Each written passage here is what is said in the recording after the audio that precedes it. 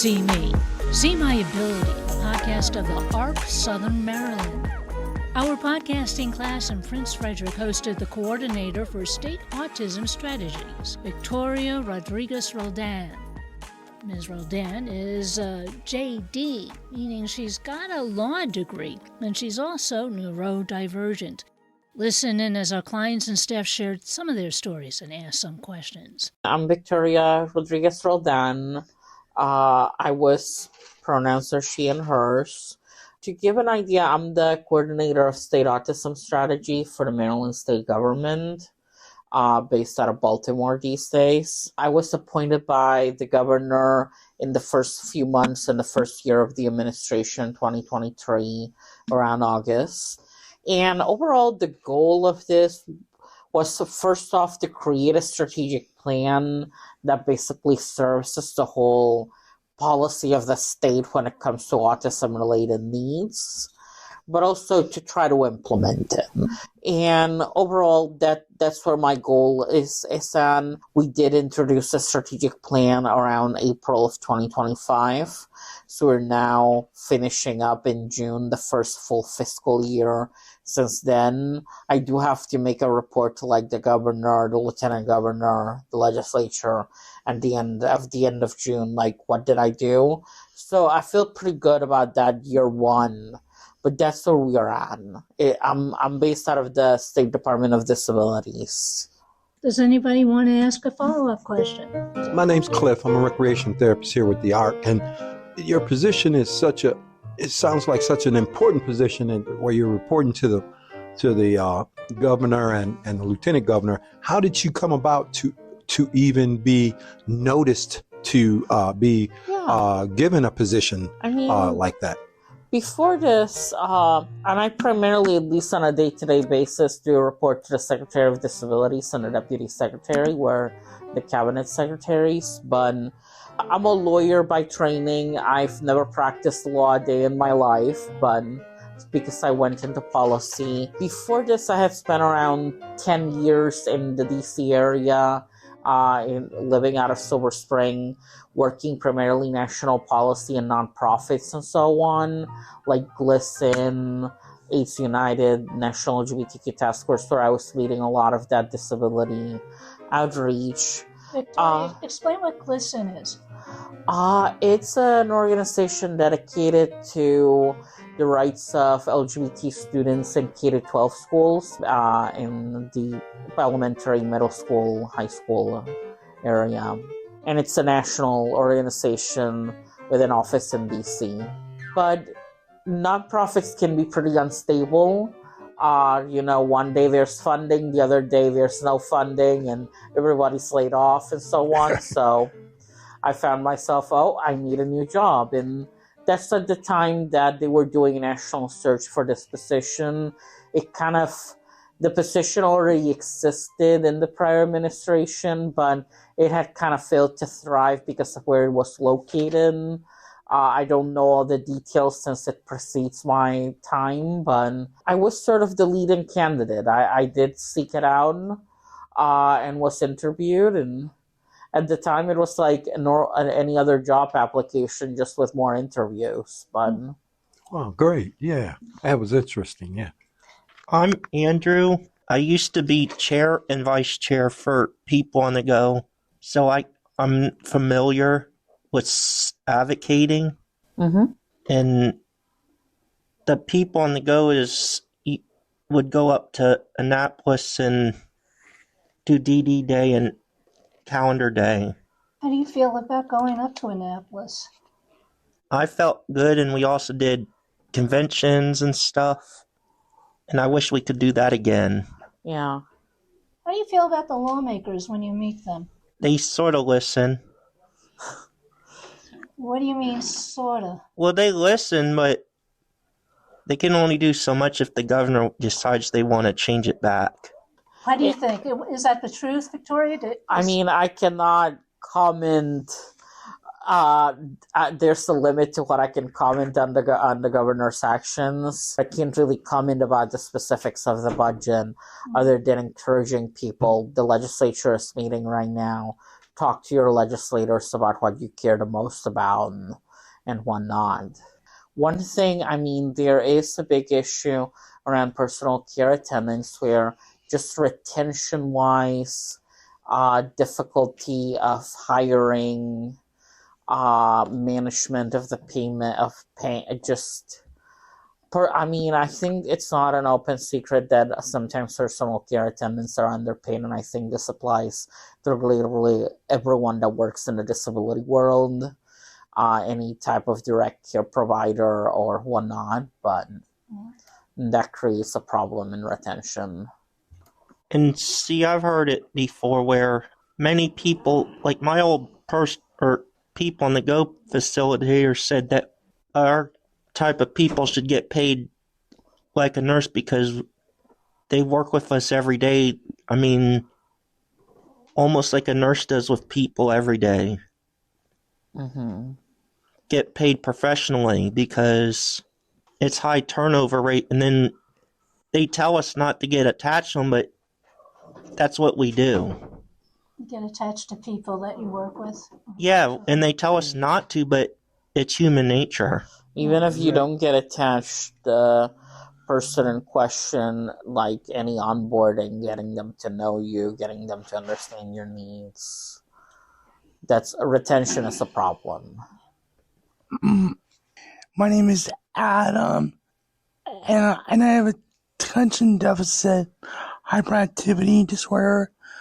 I was born with the brain injury on Sunday, November 7, 1993, and I love going to DDA Day, and I love helping people with disabilities. I also like helping people with other disabilities like Down syndrome and brain injuries, and helping other people out as well. And also, I like advocating for them as well. Thank you for sharing with us. Hello. My name is Ashley, but I go by Ash. I have a diagnosis of autism, and I wasn't really diagnosed until I was like an teenager adult. And I like to advocate for myself and others. I like to help out people and be their voice and stuff like that. I appreciate that. I'm Rita Rich. Victoria and I talked about the need to get a better census of those with autism in the state of Maryland, and other things that the state has been doing since Victoria got her job about 3 years ago. I can tell you for a long time that data is essential to making policy, because you're like, so who exactly is being affected and in what ways? Mm-hmm. Right now, there are a couple gaps in data. What the best information that I've been able to collect is existing, which is a lot of, we don't want to reinvent the wheel and so on. So there's the whole question of what data already exists about the state of autism in Maryland. A lot of it is based out of the school system, the State Department of Ed. Like, I'm not expecting them to do that big endeavor every year, but every 5 or so years, they release a big census that is like 88 pages of just Excel spreadsheets per disability and things like that. Yeah. And I believe that was I want to say 16,000 students with an IEP related to autism as primary or secondary diagnosis. Mm-hmm. That's just public schools. I'm not sure if that statistic includes non-public schools, but there are also numbers around non-public schools, which you kind of have to parse them with the ones that focus on disability, like the MANSEF member ones. And because non-public can also mean literally every single private school, religious, prep school, and so forth. I'm forgetting the exact numbers for DOORS, who's receiving services there. Mm-hmm. One of the pictures that I can say, it's becoming more and more racially diverse. It's becoming more interesting in terms of diversity across the region. One big issue that I'm looking forward to is that there's this concept called the Atom Project, which is funded by the federal government, the Health and Human Services Department. and it studies prevalence, like how many, every time you hear that statistic being bounced around by organizations of one in however many children have autism, etc., that those are the ones that make the study. And what they do is that they have a lot of random regions across the country that they study that prevalence at age 4 and at age 8. And the Baltimore area is one of those areas. I think it's Harford County, Howard County, Baltimore County, and Carroll. But the thing about it is that they only measure 4 and 8. They're starting to work on age 16. And I hope that in the next few years they will have a number of what is the prevalence of children at age 16. So it will start catching later diagnoses. And a lot of anecdotal evidence is that because you see a lot of the information saying, like boys are more likely to be autistic. In reality, one anecdotal evidence from self-advocates is that it's just that women and girls are being diagnosed at later ages. So I'm curious what's going to happen, what the figure is going to look like when you get to 16 measurements. If they even look for it. First, I was diagnosed with PD, which is pervasive developmental disorder. But like I said, later in life, I got diagnosed with autism. Yeah, that was one problem. Like a lot of the State Department of Ed data was like developmental disorder, not otherwise specified. Yes. I'm like, that's not really helpful. Yeah. But And that's being led and funded by the federal government? the Atom Project, yes. So I hope it doesn't get touched, because right now RFK Jr. special interest is autism, and I don't mean that in a good way. Thank you for having me. One of my big priorities, I'm going to say this before this is still recording, is that it's rural areas. I tried to make sure that was in the strategic plan. I've had the opportunity to be out west in Allegheny County and Garrett County before, and I also work a lot with the Lower Shore autism community in Salisbury and visited Cambridge and Princess Anne. But this is my first time in Southern Maryland, so it's very exciting. When you're down here, you should go by the Calvert Marine Museum. It's an amazing museum.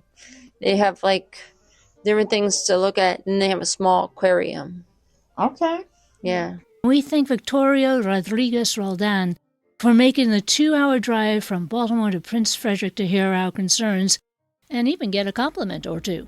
My name's Batman, and Tor, you're so cute. Oh, thank you. See Me, See My Ability, the podcast of the ARC Southern Maryland. Listen to us using apps on your mobile phone or tablets like Apple Podcasts, Spotify, Amazon Music, and find us everywhere where you find podcasts.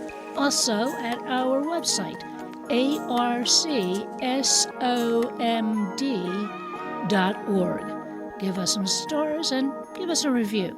It helps others find us. I'm Rita Rich.